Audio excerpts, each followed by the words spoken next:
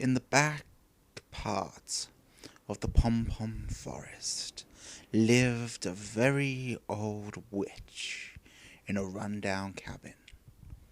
The villagers were scared of her, believing she practiced demonic magic.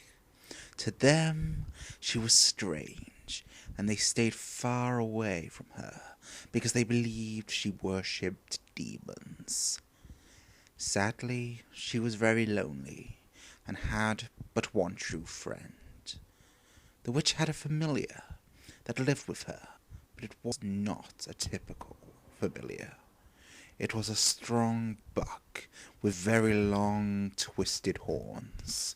It would stay by the witch's side and follow her everywhere she went. It was very protective of her because some of the villagers' children would throw rocks and stones at the poor witch. The buck hated these children because he could see inside of them. He could see the malevolence inside the children. They were festering with evil because their parents had spoiled them. In his mind, these village children were hell spawns, but he could that it was not the children's fault for behaving this way. It was the attitudes of the parents who raised them that were at fault.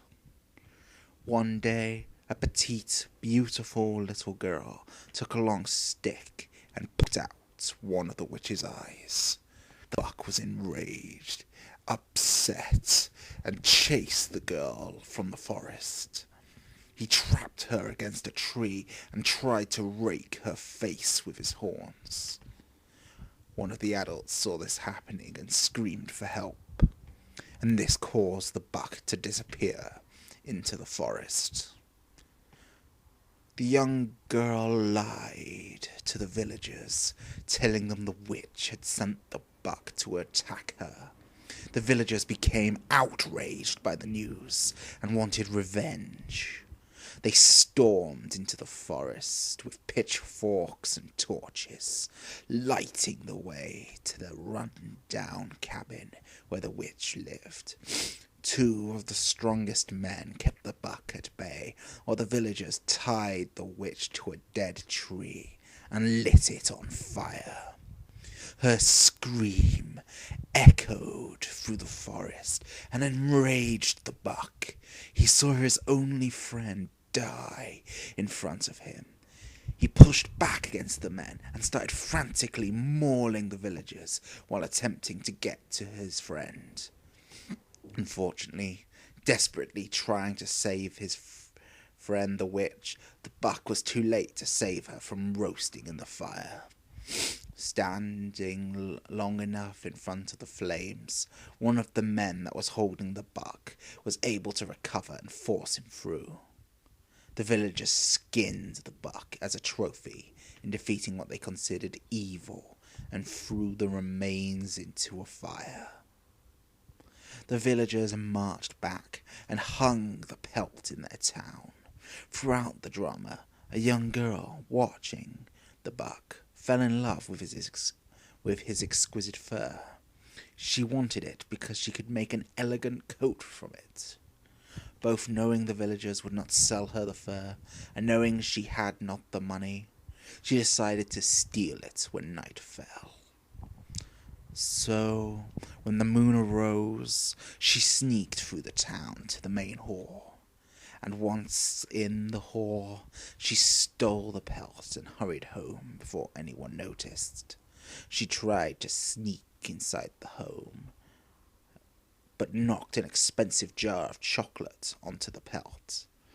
The jar made such a clatter on the floor that it woke the girl's mother, who walked into the kitchen to find her apprentice had spilled all the expensive material onto the pelt. Furious, she grabbed the girl and tossed her into the snow, in which she had spent the night stealing. Nearly frozen from spending a night outside, the apprentice was hoping to be in her warmthy, comfy bed. The young girl walked deep into the forest, covered with a blanket of snow. She tried to use the skin to keep warm, but freezing winds proved a force to be reckoned with. The winds howled loudly until the girl collapsed into the snow with the deer skin on top of her. In that fresh, white snow, the deer skin covering her was like a funeral blanket. The hardened chocolate began to bubble into a vicious, liquid-like thick blood. It slowly engulfed the girl's body and the rest of the pelt. The liquid began to take the form of a departed buck, the same that the locals had feared. The buck was scrawny, as the girl was a host for this once mighty deer. The scrawny buck snorted into the cold night while flicking its ears. Its body dripped of sticky, wet coca, but human arms and legs stuck outside of its body, twitching grotesquely. The fingers and toes moved to the buck's ears, while the ears quickly turned backwards, showing the anger that the creature was about to unleash. Liquid flew in all directions from the deer's temple. The warm liquid turned back into sharp and twisted horns, and once the chocolate had hardened onto the buck's skull, it began to travel back to the candy shop to pay the upset mother a visit. The deer burst through the candy shop, shredding and tearing it to hell. The frightened mother began to run from the monster. The mother ran back into a room with no way out, trapping herself, only making things easier for the chocolate monster to pin her against the wall. "Why are you destroying my candy shop? I've done nothing to deserve this," cried the mother. The buck lowered its jaw, enough for the young girl's head to pop from the dripping chocolate mouth. Looking at her mother, the corpse of the girl said, "You did not raise me properly, and because of your poor parenting, I turned rotten." The young girl melted and ran backwards into the buck's throat. And the deer proceeded to devour the mother in order to retake its primal form.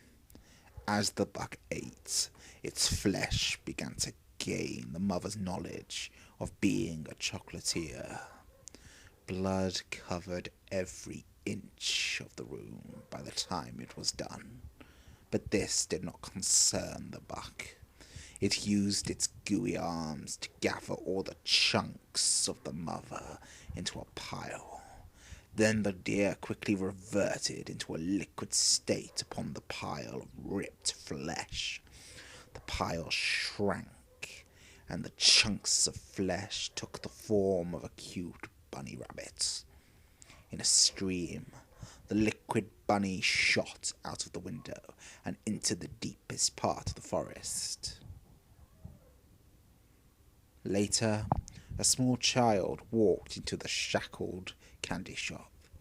This child looked for the previous owners. However, all the innocent could find was but a chocolate bunny among a blood-splattered room.